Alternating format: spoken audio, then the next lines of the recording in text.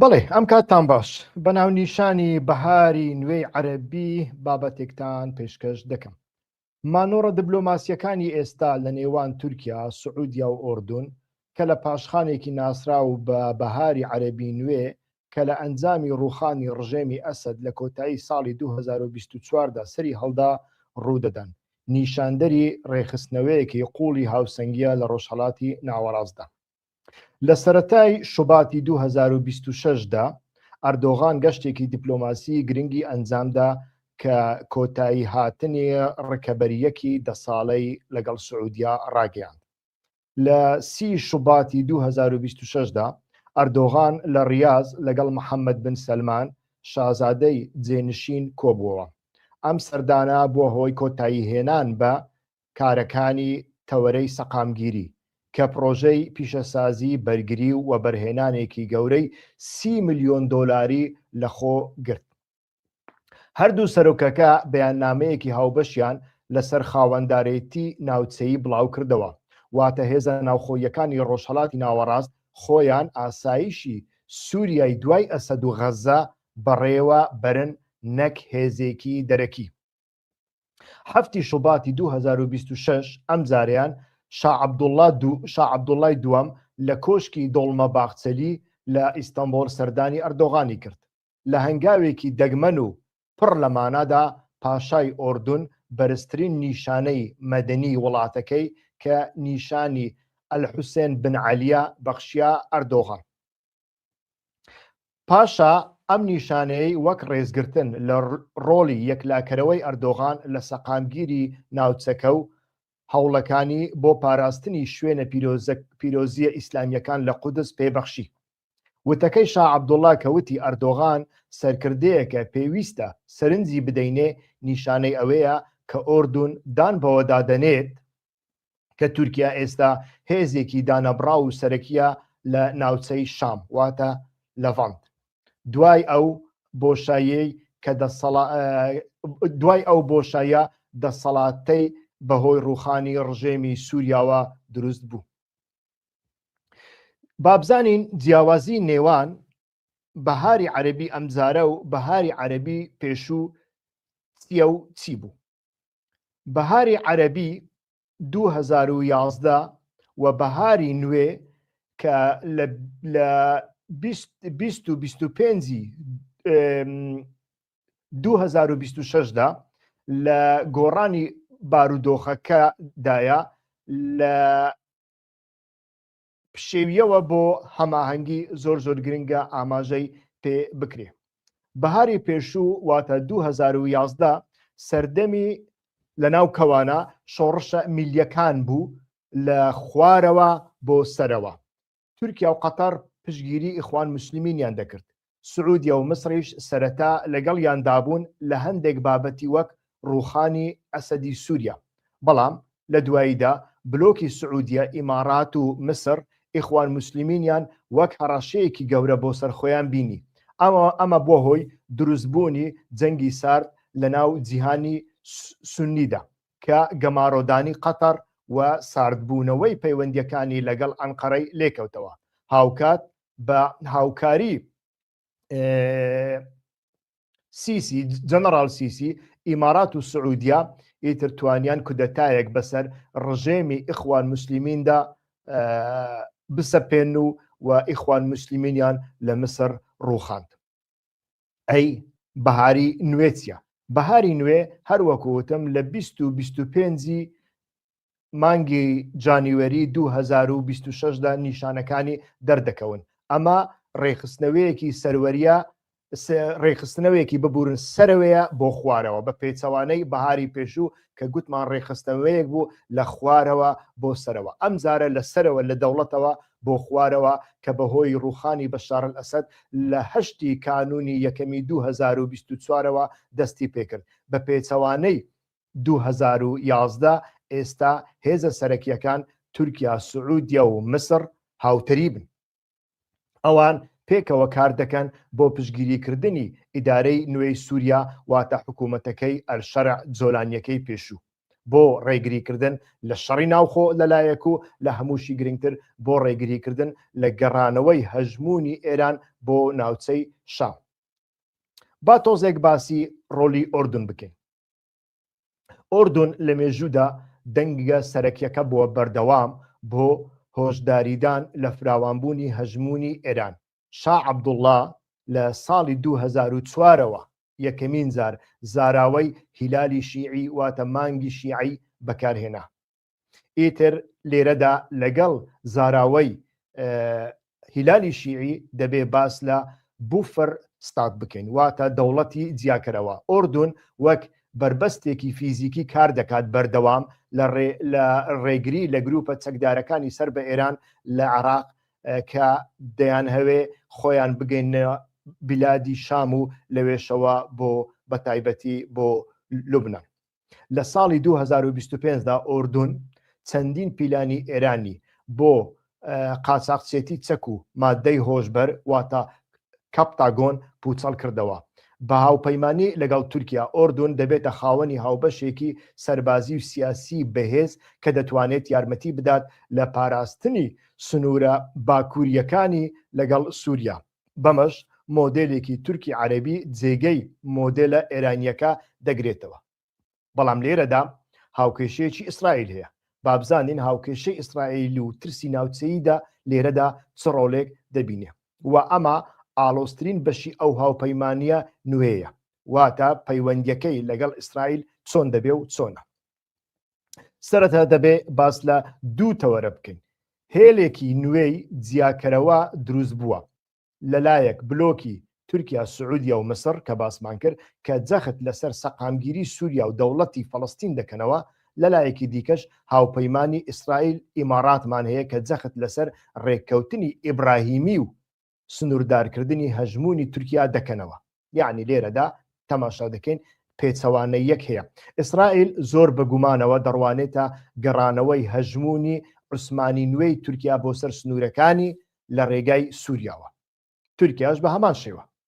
بەرپرسانی ئیسرائیل نیگەرانی ئەوەن کە هەرچەندە بلۆکی سونە دژی ئێرانە بەڵام باڵادەستی تورکیا لە ناوچەی شام لەوانەیە لە داهاتوودا ببێتە تەحەدایەکی شەرعیتر و بەهێزتر بۆ بەرژەوەندیەکانی ئیسرائیل وەک لە ئێرانی لاواز بوودا. بۆ یەکگرتن لە دژی ئێران و تێپەڕاندنی ترسەکانی ئیسرائیل ئەم هێزانە مۆدێلی ئاسایشی مۆدیۆلار واتە مۆدیۆلار سیکۆریتی بەکاردەهێنن. یەکەمینیان هەموو لایەنەکان بە ئیسرائیلیشەوە کۆکن لەسەر پێویستی هەڵوەشانەوەی پردی وشکانی تاران بۆ بەیروت. ئەم خاڵە هاوبەشە ڕێگە دەدات بە گۆڕینەوەی زانیاری هەواڵگیری تەنانەت ئەگەر پەیوەندیە سیاسیەکانیش سارد بن لە نێوانیاندا. خاڵی دیکەمان هەیە تورکیا و سعودیا پرۆژەی دیدگای 2030 و هەناردەکردنی چەک بەکاردەهێنن بۆ قوفڵکردنی هاوپەیمانیەکەیان بە جۆرێک کە گەڕانەوە بۆ ململانەی ساڵی 2011 و دواتر بۆ هەردوولا زۆر بە قڕس لە سەریاندا بکەوێت و جارێکی تر نەگەڕێنەوە بۆ ناو ململانەیەکانیان. بەڵام ئەوە وا دەبێ یان جارێ نازانی. ئەگەر حکوومەتی نوێی دیمەشق بە سەقامگیری بمێنێتەوە و حیزبوڵڵا و ئێران دوور بخاتەوە ئەوە دەسەلمێنێت کە مۆدێلی تورکی سعودی کار دەکات. ئەمەش لەوانەیە لە داهاتوودا تاڕادەیەک ترسەکانی ئیسرائیل بڕەوێنێتەوە. بەڵام ئایا ئەگەر ئێران نەڕووخا ئەگەر ئێران لەو شەڕەدا ویانیش لەو شەڕە ساردەدا ویانیش لەو شەڕە دیپلۆماسیەدا بە سەرکەوتوی هاتە درەوە ئەمە چی ڕوەدا ئەمەیان بابەتێکی دیکەیە. بەهاری نوێی عەرەبی بەگشتی پەیوەندی بە دیموکراسیەوە نییە ئەوە هەموو کەس دەزانێ بەڵکو پەیوەندی بە نەزم و ڕێخستنێکی نوێوە هەیە لە ناوچەکە. با لێرەدا ئیتر کە باسی بەهاری عەرەبی نوێ دەکەین دەبێ باسی بارودۆخی سووریا و کاریگەریەکانی لەسەر کوردەکان چ دەبێ بیکەین. لە چوارچێوەی گۆڕانکاریە دراماتیکیەکانی سووریا لە نێوان ساڵانی 2024 بۆ سەرەتای 2026دا تێبینیەکە تا ڕادەیەکی زۆر لەلایەن پەرەسەندنە جیۆپۆلۆتیکیەکانی ئەم دوایەوە پشتگیری لێ دەکرێت. بەهاری نوێ لە سووریادا لە دوای ڕوخانی بەشار ئەسەد لە کانونی یەکەمی 2024دا لە قۆناغی هیوا بۆ شۆڕشەوە لە ناو کەوانە گۆڕا بۆ هەڵوەشانەوەی سیستەماتیکی ئۆتۆنۆمی کوردەکان. ئەم شیکاریەی خوارەوە کە ئێستا باسی دەکەم باس لەوە دەکات چۆن ئەکتەرە سەرەکیەکان واتە تەحریر الشام، تورکیا و گروپە چەکدارەکانی پێشوو داعشیش لە ناویاندا توانیویانە قۆناغی دوای ئەسەدی دژی بەڕێوەبەری کورد بەکار بهێنن. یەکەمینیان گۆڕانکاری جیهادیەکان بۆ دەوڵەت بابەتێکی زۆر گرنگە، پێشتریش لەسەر ئەوە قسەم کردووە. ئەمە بابەتێکی زۆر گرنگە. هەم ئەکرێ جیهادیەکان لە مەترسیەک بۆ هاوپەیمانی بگۆڕێ سەبارەت بە وڵاتانی خۆرئاوا و هەم ئەکرێ لێرەدا ئیتر جیهادیەکان بکاتە هێزێکی پتە و هێزێکی دەوڵەتی لە بەرامبەر دوژمنەکانی ئەمریکا و ئیسرائیل و خۆرئاوا بەگشتی بەکاریان بهێنێ. گرنگترین گۆڕانکاری ئەوەیە کە دەستەی تەحریرە شام هەتەسە کە پێشتر بەرەی نوسرا لقی ئەلقاعیدە بوو چیتر گروپێکی یاخی نییە، بەڵکو بووەتە ناوکی حکوومەتی کاتی سووریا. لەژێر سەرکردایەتی ئەحمەد شەرعی ئێستا کە پێشتر بە ئەبوو محەممەد ئەلجۆلانی ناسرا بوو، تەحریری شام خۆی وەک هێزێکی نەتەوەیی و پراگماتیک واتە واقعبین نیشانداوە بۆ ئەوەی شەرعیەتی دەوڵەتی بەدەست بهێنێت.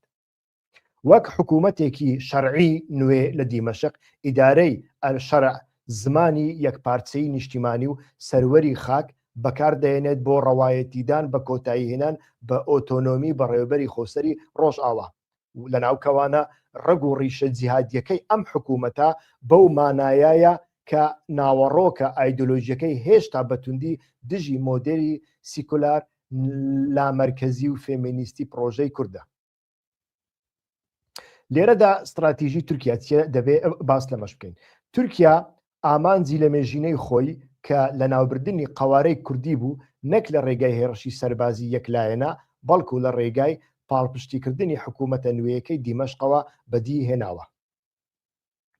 سوپای نیشتیمانی سووریا SNA کە تورکیا پاڵپشتی دەکات و ساڵانێکە لە ئەفرین و سەرێکانی دژی کورد شەڕی کرد، ئێستا لە ناو سوپای نیشتیمانی نوێ لەژێر فەرمانی شەرعدا کۆکراوەتەوە. لە سەرەتای 2026دا تورکیا بە ڕەزامەندی ئەمریکا دەستی کرد بە پشگیریکردنی هێرشێکی ناوەند لە کانونی دووەمی 2026دا هێزەکانی حکوومەت بە بەشداری ملیشیاکانی پێشوو SNA هێرشێکی خێرایان کرد و لە سەدا هەشتەی ئەو ناوچەیە کە لە ژێردەستی هەسەدەدا کۆنتڕۆل کرابوو کۆنتڕۆلیان کرد. گەڕەکە کوردیەکانی حەلەب واتە شێخ مەقسوود و ئەشرەفیە داگیر کران و هەسەدا ناچار کرا لە 20 کانونی دووەمی 2026دا ڕێکەوتنی تێکەڵبوون ئەنتیگراسیۆن واژۆ بکات. بەهاری نوێ بمانەوێ نەمانەوێ ناسیۆنالیزمی عەرەبی سونە لە سووریاوە زیندوو دەکاتەوە زیندوشی کردەوە. حکوومەتە نوێیەکە بە سەرکەوتووی توانی کێشە ناوخۆیەکانی ناو هێزەکانی سووریای دیموکراتیک هەسەدا بەکار بهێنێت. کێشە ناوخۆیەکان چین ئێستا باسی دەکەین. با سەرەتا دەبێ باسی جیابوونەوەکەی هۆزە عەرەبەکان بکەین. لە هێرشەکەی کانونی دووەمی 2026دا زۆرێک لە هۆزە عەرەبەکانی دێرەزور و ڕەقا کە بەشێک بوون لە هەسەدا چوونە پاڵ حکوومەتەکەی ئەلشەرع. ئەوان ڕژێمی نوێی دیمەشقیان وەک سەرکەوتنی عەرەبی سونی دەبینی و دژی هاوبەشە کوردەکانی پێشویان وەستانەوە. خاڵی دووەم بەگرتنەوەی ئەو ناوچانە حکوومەتی ژێر پاڵپشتی تورکیا کوردەکانی لە چەند ناوچەیەک گەمارۆدا و ئیتر و لە هەمان کاتدا هاوشێوەی ئەو مۆدلەی تورکیا پێشتر کە لە ئەفرین پەیڕەوی کردبوو ئەنجامدا. ئیتر لێرەدا هاوکێشەی ئەمریکا چییە کە دەربارەی کوردەکان با تۆزێکیش باس لەوە بکەین. لەوانەیە گرنگترین هۆکار گۆڕینی سیاسەتی وڵاتانی ڕۆژئاوا بێت بێگومان. ئیتر ئەمریکا و وڵاتانی ڕۆژئاوا بە مەبەستی سەقامگیریکردنی سووریای دوای ئەسەد و بەرەنگاربوونەوەی هەژمونی ئێران ڕوویان لە حکوومەتە نوێیەکەی تەحریر شام کردووە. ئەمە شتێکی ئاشکرایە. بەرپرسیارانی ئەمریکا ڕایانگەیاندووە کە بنەما سەرەکیەکەی هاوبەشیان لەگەڵ هەسەدا کە شەڕی داعش بوو تا ڕادەیەکی زۆر کۆتایی پێهاتووە. حکوومەتی نوێی دیمەشق ڕێککەوتنی ئەمنی لەگەڵ ئیسرائیل و ئاساییکردنەوەی پەیوەندیەکانی لەگەڵ وڵاتانی عەربی ئەنجام داوە. لەم نەخشە نوێیەی ناوچەکەدا پرۆژەی کورد وەک بربەستێک لە بەردەم دەوڵەتێکی یەکگرتووی سووریا دەبیندرێت کە بتوانێت وەک قەڵغانێک لە بەرامبەر ئێران بوەستێتەوە. ئەمە دیدگای خۆر ئاوا و وڵاتە بەهێزەکانی دژی ئێرانە بمانەوێ و نەمانەوێ. باشە لێرەدا ئەم بەهارە لەکوێوە لە دژی کووردە با تۆزێک قسە لەسەر ئەمە بکەین. لە زۆر لایەندا بەڵێ ئەم بەهارە دژی کوردەکانە. لە کاتێکدا بەهاری عەربی 2011 بووە هۆی شەڕێکی ناوخۆیی کە دەرفەتی بۆ کوردەکان ڕەخساند ئۆتۆنۆمیەک لەسەر عەرز دروست بکەن، بەڵام بەهاری نوێ لە ساڵی 2024ەوە و تا 2026ەوە ئیتر کار دەکات بۆ گەڕانەوەی دەوڵەتی مرکزی عەربی. ئەو جیهادیانەی ئاماژەمان پێدان تەنیا نهاتونەتە سەردەسەڵات، دەبێت ئەوە ببینین، بەڵکو ئامێرەکانی دەوڵەتیان کۆنتڕۆل کردووە. بەمەش شەڕی ئایدۆلۆژی خۆیان دژی کورد گۆڕیوە بۆ پرۆسەیەکی یاسایی، ئەمە زۆر گرنگە بۆ یەکخستنەوەی نیشتیمانی. ئەنجامەکە بۆ کورد کۆتایی هێنانی ئەزمموی ڕۆژئاوایە، چونکە ئێستا ناچارن لە نێوان تێکشکاندنی تەواوەتی سەربازیان تەسلیم بوون بە حکوومەتی ئیسلامی تورکی لە دیمەشق یەکیان هەڵبژێر. باش لێرەدا کوردەکان دەتوانن چی بکەن بە ئیتر بڕگەکانی دواییمان بۆ ئەو بابەتە تەرخان بکەن. بۆ هەڵساندنی وردی بارودۆخی ئێستا دەبێت ئاماژە بەوە بکەین کە ڕووداوەکانی شەشی کانونی دووەمی 2026 و ئەو هێڕشە بروسکە ئاساییەی بە دوای داهات گەورەترین وەرچەرخانی مێژووی بوو بۆ کورد لە ڕۆژئاوا لە دوای ساڵی 2011دا. ئەمە هەمومان لەسەری هاوڕین. کورد ئێستا لە پێگەیەکدا نییە کە بتوانێت مەرجەکانی خۆی بسەپێنێت. لەبەرچی لەبەر ئەوەی لە سەتانۆتی سەرچاوە ئابوووریەکانی وەک نەوت و غاز و ئاو و لە سەدا هەشتای ئەو خاکەی کە لە ژێر دەستیدا بوو لە دەستی داوە. لێرەدا دەبێ شیکاریەکی نوێ بۆ بارودۆخی پۆست شەشی کانونی دووەم بکەین. ئەو استراتیژیە نوێیانە دەبێ بخەینە ڕوو کە دەکرێت کورد پەیڕەوی بکات.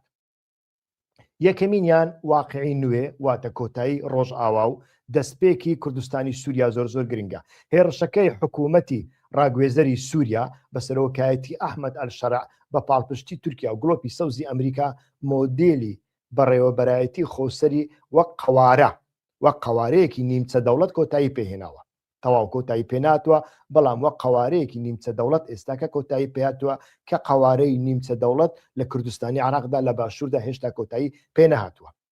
ئیتر بەگرتنی کێلگەکانی ئەلعومەر و کۆنیکۆ بووە بەنداوی تەبقە لەلایەن سوپای نوێی سووریاوە هەسەدا گرنگترین کارتی ئاڵوگۆڕی بازرگانی و ئابووری لەدەستداوە. پاشان ڕووداوەکانی کانونی دووەم نیشانیدا کە هاوپەیمانی کورد و عەرب لە ناو هەسەدەدا تەنیا بۆ بەرژەوەندی بووە. بەگشتی سوپای نوێ هۆزە عەرەبەکان بەگشتی سوپای نوێ هۆزە عەرەبەکان بە کۆمەڵ چوونە پاڵ دیمەشق. ئەمەش کوردی لە ڕووی سەربازی و جوگرافیەوە تەنها لە حەسەکە و قامیشلۆدا گەمارۆ داوە. کەواتە استراتیژی نوێ دەبێ چی بێ بۆ کوردەکان گەلۆ. ئەمە زۆر گرنگە. لەبەر ئەوەی کورد چیتر هێزی سەربازی و ئابووری پێشووی نەماوە، ناڵێ نیەتی، بەڵام هێزی سەربازی و ئابووری پێشووی نەماوە دەبێت استراتیژی خۆی لە شەڕی خاکەوە بەڕای من بگۆدرێت بۆ شەڕی دەستور و ناسنامە. بە پێی ڕێکەوتنی سی کانونی دووەم هەسەدا تێکەڵی سوپای نیشتیمانی دەبێت. ئەمە دەبینین چۆن دەبێت چۆن نابێت جارێ نازانی وردەکاریەکانی. استراتیژی نوێی کورد دەبێت بەڕای من ئەوە بێت کە لە بڕی ملیشیای چەکداری ببێتە بلۆکێکی سیاسی بەهێز لە پەرلەمانی سووریادا.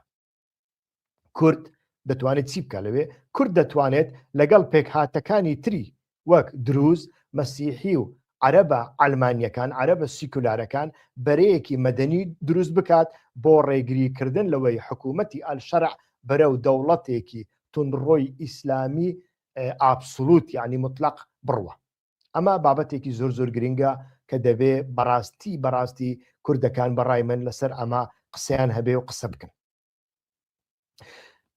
لەبەر ئەوەی ئەحمەد شەڕع مەرسومێکی پێشتر دەرخستە بۆ ناساندنی زمانی کوردی هەرچەندە ئەمە وەکو وتمان لە بەرنامەکانی پێشودا ئەوە یەک مەرسومە هێشتا یاسانیە، پاشان جەژنی نەورۆزیشی ئیتر دەربارەی جەژنی نەورۆزیش مەرسومێکی دەرکرد بوو. کوردەکان دەتوانن فشار بکەن بۆ ئەوەی ئەو مەرسومە ببێتە مادەیەکی دەستوری هەمیشەیی نەک تەنیا بڕیارێکی کاتی سەرۆکێک بێ، چونکە ئەو بڕیارە هەم سەرۆک ئەتوانی هەڵی وەشێنیتەوە، هەم دوای مردنی سەرۆک کوژرانی سەرۆک لاچوونی سەرۆک ئەکرێ سەرۆکێکی کە بێ بە مەرسومێکی دیکە ئەو بڕیارە لا ببە. ئەی لە بواری سەربازیەوە دەبێت استراتیژیەکەیان چۆن بێ. لەبەر ئەوەی هەسەدا ناچار کراوە تێکەڵی سوپای نیشتیمانی سووریا ببێت، دەبێت هەوڵ بدات یەکەکانی لە ناو سوپادا بە شێوەی پاسەوانی ناوخۆیی کە بە ئینگلیزی پێی دەوتێت لۆکاڵ گارد واتە بمێنێتەوە، واتە فەرماندەیی یەکە سەربازیەکانی ناوچە کوردیەکان هەر بەدەستی ئەفسەرە کوردەکانەوە بێت، بەڵام ئەمە بمانەوە نەمانەوێت لە ژێر ئاڵای سووریا دەبێت و بە ئارم و لۆگۆی سووریاوە دەبێت. ئەمە لەلایەک ڕێگر دەبێت لەوەی گروپە جیهادیەکانی سەر بە تورکیا وەک ملیشیاکانی ئافرین نێنە ناو شارەکان و شارەکان تاڵان نەکەن و ئیتر نەبنە تەحەدیەک لە بۆ کوردەکان. ئاشکرایە ئێستا کە ئەمریکا لە سەردەمی ترامپدا تێڕوانینی گۆڕاوە بۆ سووریا و وەک ناوچەی هەژمونی تورکیا سووریا دەبینی. ئەمە مەترسیەکە، مەترسیێکی زۆر گەورەیە، بەڵام ئەمە شتێکە ئاشکرایە. کەواتە لە استراتیژی نوێی کوردەکاندا کوردەکان پێویستە لە باری هاوپەیمانیەوە ئیتر پێویستیان بەوەیە کە پەیوەندیەکانیان لەگەڵ وڵاتانی کەندا و سعودیە کە زۆر زۆر گرنگە، بەڵام لە سعودیەش گرنگتر ئیمارات و فەڕەنسا بەهێزتر بکەن. یعنی بەڕای من بێ دەبێ هەر ئێستا ئۆفیسی ئیتر خۆسەری ئۆفیسی کوردەکان بە هەر ناوێک بێ، حتا با ناوی ئۆفیسی کوردە نەرمڕەوەکان بێ و یانیش ئۆفیسی سووریایی نەرمڕەو بێ، بە هەر ناوێک بێ دەبێ ئۆفیسێکی دیپلۆماسی لە ئیمارات و لە سعودیا و لە فەڕەنسا بکرێتەوە. یعنی ئەو ئۆفیس حیزبیانەی پێشوو نوێنەرەکانی پێدا لا ببردرێن، بەڕاستی دەبێ ئۆفیسێک بکرێتەوە و کەسانی پسپۆری تێدا بن. لێرەدا بێگومان کێشەیەکێ لەناو کەوانەیەکدا بە کورتی باسی دەکەن. لێرەدا وەکووتمان ئەوانەی کە توانای دیپلۆماسیان هەیە زۆربیان کە ئیتر زۆربیان چۆن ناسێنراون یان حیزبی، ئەگەر حیزبی بوو دەبێ ئەمن وەکو نوێنەرێکی دیپلۆماسی سەیری بکەم و یانیش هەندێک جار ئیتر سیاسەتی ئێمە سیاسەتێکی لادەیانەیە، سیاسەتێکی گوندیانەیە، کەسێک کە بۆیمباغ و قەراوات ببەستێ و یانیش کەسێک زمان بزانێ. لە ڕاستیدا ئەمانە هیچیان پەیوانە نینە. لە هەمان کاتدا تەماشا دەکەین دیپلۆماتە حیزبیەکان حیزب تەعینی کردوونە حیزبیش لایەن دەبە و ئەمانە بەشێکی زۆریان ناتوانن بەشێکی زۆریان ئەڵێم ناتوان ببنە پسپۆر و لە هەمان کاتدا لە دەرەوە چۆن تەماشایان دەکرێت ئەمە بابەتێکی دیکەیە. لەلایەکی دیکە ئیتر خەڵکانێکمان هەن کە عەقلیەتی تاراوگا، عەقلیەتی دیاسپۆریان فڕێنداوە. عەقلیەتی دیاسپۆرا نەک بەتەنیا لەناو کوردەکان، لەناو هەموو نەتەوەکاندا، نەتەوە زوڵم لێکراوەکاندا، ئەوانەی لە پێشوو زوڵمیان لێکراوە، یعنی باسی جوولەکەکانیش دەکەین، باسی ئەرمەنیەکانیش دەکەین و باسی کوردەکانیش دەکەین. لەوێدا سایکۆلۆژیەکی زۆر زۆر تایبەتیان هەیە کە زۆر زار واقعی نییە، بەڵام ئێمە ئێستا باسی واقع دەکەین لەسەر بنەمای ئەو واقعیە نوێیە کە ئێمە وەکو جاران خاکمان لەبەردەستدانە، وەکو جاران سەرچاوەکانی ژێرزەویمان نییە و سەرچاوەکانی سەرزەویمان نییە، وەکو جاران ئەو هێزە سەربازیە کارمان بۆ ناکە، هێزەکەی پێشوو بە پشتیوانی ئەمریکا بوو، ئێستا ئەگەر ئەمریکا پشتیوانی بۆ نەکا ئەمە لە کرداردا بینیمان ئیتر. لە بۆ هەندێک دەبێ خەڵکانێک بن کە بەڕاستی دوور بن لە عەقلیەتی دیاسپۆرا کە ئێستا ئەوانەی لە ئەمریکا هەن، لە فەڕەنسا هەن، ڕەنگ بێ لە ئیمارات و سعودیەش هەروە بن، عەقلیەتەکەیان عەقلیەتێکی ناسیۆنالیستی دیاسپۆرایە. عەقلیەتی ناسیۆنالیستی دیاسپۆرا زۆر زۆر بڕوا، زۆر زۆر پێش بکەوێ، چاوی لەوەیە لەگەڵ ئیسرائیل بچێ، ئیتر کلکی لە کلکی ئیسرائیلیەکان ببەستێ و بە ئیسرائیلیەکان بڵێ بەکارم بێن. بەڵام ئێمە چەندین جار ئەوەمان شی کردوتەوە، تەنانەت لە سەرچاوە ئیسرائیلیەکان ئەوەمان لە بۆ ئێوە گواستۆتەوە کە ئیسرائیلیەکان خۆیان دەڵێن کاچی برا لە ناو بیرۆکراسی ئیسرائیلیدا خەڵکی متعاتفی هاوسۆزی کوردمان زۆرە، زۆر زۆرە، حتا ئەکرێن لە 195 بەڵام ئەمە بە هیچ شێوەیەک وەرناچەرخێتە بابەتی سیاسی. جوگرافیەکەتان لەگەڵ ئێمە جیاوازە، جوگرافیەکەتان یانی جوگرافیای فیزیکیتان لەگەڵ ئێمە نییە. لە هەمان کاتدا ئیتر لە ناو کوردەکاندا بە پێچەوانەی دروزەکان ئەو کوردانەی کە لە ئیسرائیل هەن یعنی کوردە جوولەکەکان لە ناو ئیسرائیلدا کارانین هەمومان دەبینین ئەم کوردانەی کە چوونە هەتا وەکو ئێستش وەکو جاران ماونەتەوە زۆر شاعیرێکی لێ دەرچوی گۆرانی بێژەکی لێ دەرچوی بەڵام تەماشای عەرەبە دروزەکان دەکەین لە ناو ئیسرائیلدا بەڕاستی هەر هەمویان خۆیان پێگەیاندووە لە بیرۆکراسیدا جێگەیان گرتووە لە ناو ئیستیخباراتدا دەسەڵاتێکی زۆریان هەیە لە ناو سوپادا دەسەڵاتێکی زۆریان هەیە و لە هەمان کاتدا لە ناو پارتە دەنگدەرێکی سەرەکی پارتە ڕاستڕەوەکانن یانی ئەمە لە بۆ هەندێک وامان لێ دەکا ئەو کەوانەیەم بۆیە بەدرێژی کردەوە کە زۆر گرنگە هێزەکانی سووریای دیموکراتیک ویانی ببورن کە گوتم هێزەکانی سووریای دیموکراتی کیانی کوردی ویانیش کوردەکان لە سووریا بەڕاستی دەبێت لە کاتی ئیتر کە استراتیژی خۆیان دەگۆڕن دەربارەی هاوپەیمانی و پەیوەندیەکانیان لەگەڵ وڵاتەکان یەک ئەو وڵاتانە هەڵبژێرن کە بەڕای من ئێستا کە بمانەوە نەمانەوێت سعودیا ناچارین هەڵی بژێرین چونکە سعودیا تا ڕادەیەک لە ئایندەدا لە گەورەبوونی تورکیا و یانیش هەڵکشانی تورکیا و غروربوونی تورکیا دەترسێ چۆن ئیسرائیل دەترسێ سعودیاش دەترسێ یعنی پەیوەندی تورکیا و ئیسرائیل ڕاستە ئێستا ئابووریە و سەربازیشە واتە زۆر نزیک بووە لە یەکتری و ترسێکیشە لە ئیسرائیل لە هەمان کاتدا ترسێکیشە لە هەژمونی ئێران ئەمانە بێگومان ئیسرائیل و تورکیا لە یەکتر نزیک دەکاتەوە بەڵام هەتاوەکو ئێستاش نیگەرانیەک هەیە ئەو نیگەرانیش ئەوەیە سعودیا نایهەوێت تورکیا ببێتە هێزێکی مطلق لە سووریادا ئێستا سعودیەکان لە بواری ئابووریەوە هێزی مطلقن تورکیا لە قەیرانێکی ئابووری زۆر گەورەدای لە بواری ئابووری زۆر شت ناتوانانی بکە جگەلەوەی کە کۆمپانیاکانی بنیادنانەوە خانوبەرە بچن لەوێ کار بکەن سعودیا پارەی هەیە ئەمە جیاوازە بەڵام لە ئایندەدا ئەگەر هاتو ئابلۆقە لەسەر تورکیا نەما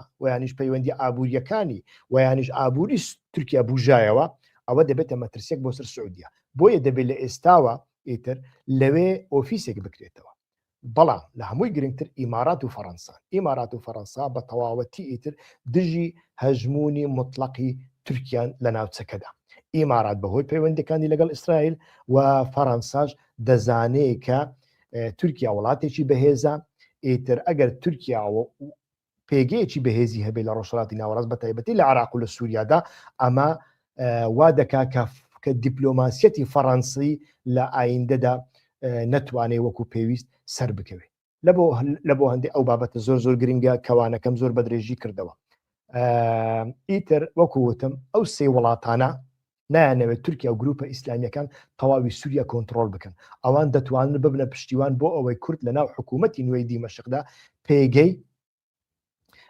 ئیتر پێگەیەکی گرنگیان هەبێ لەوانەیە وا بکەن بەڵام لە هەمووی گرنگتر لە استراتیژی نوێدا دەبێ بەڕاستی کوردەکان خۆیان لە استراتیژی بژی و بمری پەکەکە ڕزگار بکەن با ڕاشکاوە بین لەگەڵ یەکتری پەکەکە دەبێ بە خۆشی خۆی لەوە ڕزگار بکە وا دیارە ئۆجەلان ئێستا پەکەکە لەمە ڕزگار دەکا و بەڕای من ئۆجەلان پەکەکە هەڵدەوەشێنێتەوە سوورە لەسەر هەڵوەشانەوەی پەکەکە ئەو قۆناغە نوێ لە تورکیا بەردەوام دەکا و ئەو قۆناغەش بەتەنیا بەوە سەرکەوتوو دەبێوانش کۆتایی پێدێ کە پەکەکە لە هەموو بوارەکاندا هەڵوەشێتەوە شتێک بەناوی پەکەکە نەمێنێ بەتەنیا مەبەستمان ناوەکە نییە مەبەستمان عەقلیەتەکەشە هێزەکەشە ڕێکخراوەکەشە استراتیژیەکەشە کە استراتیژی ژیان و مەرگە بەرخودانە بەرخودان ژیانە ئەگە بەرخودان نەبوو ئێمە ناژین باش ئێستا کە بەرخودانمان پێ ناکرێت لە سووریا چۆن بژین هەموو بمرین نابێ دەبێ ئیتر بەڕاستی لەناو سووریای نوێدا ئەتۆ بچی ئاوێتە ببی ئەنتیگرا ببی بەڵام ئێستاکە بە ئاشکرا بڵێم هەندێک کادری هەن لەو بارەوە لەگەڵ ئەوەدانین و کێشە دروستەکەن نام هەیە بسمەناو وردەکاریەوە ئیتر پێشتر استراتیژی ژیان و ینی بەرخودان ژیانە بژاردەیەک بەڵێ یەک بژاردە بوو ناڵێن هەموو بژاردەکان بەڵام یەک بژاردە بوو بەڵام لە دوای شەشی کانونی دووەمی ئەم ساڵەکە بۆتە زەروریەت بۆ ئەوەی تورکیا بیانووی نەمینێت بۆ هێڕشی زیاتر و پاکتاوی ڕەگەزی لە بەتایبەتیش لە ئیالەتی حەسەکە پێویستە سەرکردایەتی ئێستای کورد و کادیرەکانی و ڕووناک بیرەکانی خەڵکە ینی فیگورە کۆمەڵایەتەکانی کە زۆر گرنگە قسەیان دەڕوا بە تەواوەتی خۆیان لەو بوارەوە لە ئایدۆلۆژیای پەکەکە داببڕن، یعنی وەکو پارتیەکی نیشتیمانی سووری ڕەفتار بکەن. ئەمە تەنها ڕێگەیەکە کە وڵاتانی عەرەبی و کۆمەلگای نێودەوڵەتی بتوانن زیاتر بەرگریان لێ بکەن. لێرەدا کە ئەڵێن خۆیان لە استراتیژی کۆنی پەکەکە ڕزگار بکەن، مەبەستمان ئەوە نییە خۆیان لەو مۆدلی پەکەکە ڕزگار بکەن، بەڵام مۆدلی کوردایەتی هەڵبژێرن. مۆدلی کوردایەتی پێش پەکەکە چەندین جار شکستی هێناوە، چەندین جار کۆمەڵکوژی هێناوە، قەتل عامی هێناوە. 74 و 75 لە سەرەتای هەشتاکاندا کۆمەڵکوژی بارزانیەکان، لە 86 کیمیاباران و ئەنفالی کوردەکان، شکستی ساڵی 1991، شەڕی ناوخۆی 1994 هەتا نزیکی 2000ەکانیش، پاشان ڕێفراندۆم لە دەستدانی ئەوەی کە عێراق دەرفەتێکی زێڕین بوو لە بۆ کوردەکان. ئەو هەموو شکستانە هەر هەمویان مڵکن بەسەر کوردایەتیەوە. ئەوانەی کە ئێستا لە ژێرناوی دژایەتیکردنی برایەتی گەلان سیاست دەکەن، دەبێ ئەوانە دەمکوت بکرێن، لە دەمیان بدرێتەوە، دەبێ ئەوانە قزڵ قورتیان دەرخوارد بکرێ ئەو پۆپیلیستە بێمێشکانە. چونکە مۆدلی ئەوان مۆدلی کوردایەتیە، کاچخۆ مۆدلی تۆ 100 ساڵە 80 ساڵە کۆمەڵکوژی لە بۆ کوردەکان دێنێ. مۆدلی تو لە ئێرانیشدا وەها بوو، مۆدلی تۆ لە سەردەمی شا کاتی ڕوخانی کۆماری ئیسلامی ئیتر ئەگەر بەراورد بکەین بە مۆدلی تورکیا ئەزەریەکاندا بزانێت چ کارە ساتێکی دروست کرد. لە دوای کۆماری کوردستاندا ئەزەریەکان هەڵسان هیچ شتێکیان نەکرد، خۆیان وەکو ئێرانیەکی نیشتیمانی بینی، داوای ناسنامە و شتیواشیان نەکرد، چوونە ناو ئێران بە پێچەوانی کوردەکانی باکوور و کوردەکانی سووریا لە ناو ماڵدا گرنگیان بە زمانی خۆیاندا، گرنگیان بە کولتوری خۆیاندا. هەر ماڵێک بۆ بارەگایەک، لە جیاتیەوەی بارەگای حیزبی بکەنەوە، لە جیاتیەوەی سوپا و ملیشیا و پێشمەرگە دروست بکەن، لە جیاتی ئەوەی خودمختاری و ئۆتۆنۆمی خێڵایەتی و کە ئامانز لی تاڵانکردنی نەوت و گومرگەکانە دروست بکەن، هەڵسان چوونە ناو ئێران. گوندێکیان نەسووتە، خەڵکیان نەکوژرا، زۆربەی زۆری ئەزەریە تورکەکان زانکۆیان تەواو کردووە. تەماشای عەقڵ و هۆش و ئاستی تێگەشتنی ئەوان بکە و تەماشای عەقڵ و هۆش و ئاستی ڕژێمی کوردایەتی موکریانی بکە. چەند جیاوازی هەیە و ئێستاکە ئێمە هیچ شتێکمان نییە لەناو دەوڵەتی ئێراندا، ئەوان هەموو شتێکیان هەیە. ئەمە زۆر گرنگە ئینسان بیری لێ بکاتەوە. ئەمە پەیوەندی بۆەوە نییە کە لە ساڵی 1970دا شۆڕشی ئیسلامی دروست بۆ شیعە هاتنە سەر دەسەڵات و ئەزەریەکانی شیعی، نەخیر، ئەمە لە سەردەمی شادا ڕێگۆڕیشەی بۆ دروست کراوە. بەڵام کوردەکان بزانە چ کارە ساتێکیان دروست کردووە. ئیتر بە کورتی کورد لە بەهاری یەکەمدا خاوەن خاک و نەوت بوو، خاوەن کەرکووک ڕەقا و دێرە زور بوو، بۆیە دەیتوانی داوای فدرالی و ئۆتۆنۆمی شتیوا بکە، هەرچەندە ئەو کاتیش لە سووریادا بە تایبەتی ئەمە واقعی نەبوو، بەڵام ئۆتۆنۆمیەکە واقعی بوو. ڕووسەکانی ساڵی پێش جیرانی ڕەقا ڕووسەکانیش ئیتر ئەمەیان کرد، کوردەکان ئەمەیان نەکرد، لە بەرنامەکانی پێشودا باسم کردووە، و کوردەکان کە ئەمەیان نەکرد ئیتر ڕووسەکان ئەمجارە چوون لەگەڵ تورکیا هەوپەیمانیان ساز کرد. عەفرین بۆیە لە دەست چوو. ئێستاکە لە بەهاری نوێدا کورد تەنها خاوەنی ژمارەی دانیشتوان و ناسنامەی نەتەوەیە. واتە استراتیژی سەرکەوتوو بۆ ئێستا تەسلیم نەبوون، بەڵام تێکەڵبوونێکی زیرەکانەیە، ئەنتیگراسیۆنی زیرەکانە لە ناو دەوڵەتدا. کورد دەبێت هەوڵ بدات ببێتە بزوێنەری دیموکراسی و سیکولاریزم. و گوتم دیموکراسی بەو معنایە نا کە ئەتۆ بچی ئیتر بڵێ وەڵا من عەرەبێکیم لەگەڵدایە، ئێزیدیچم لەگەڵدایە، تورکمەنێکیم لەگەڵدایە، بەڵام لە پشتەوە ڕژێمەکەت هەر ڕژێمی قادرۆ بێ، ڕژێمی کادرۆ بێ، ڕژێمی قادر بێ، ڕژێمی قادر و نادر نایخوا. دەبێ بزوێنەرە سەرەکیەکەت کە ئەڵێن دیموکراسی بێ، عەدالەت خوازی بێ، پەیوەندی بێ لەگەڵ هەموو لایەنەکان. لە دیمەشقی نوێدا نەک وەک ملیشیایەکی گەمارۆ درا و داما و لە سوچێکی حەسەکەدا نوزت لە بۆ بێ بڵێ بمری برایەتیە گەران و بژی یەکێتی کوردان و تەنێ چاپ پشگیریە ئەمە دیکەن.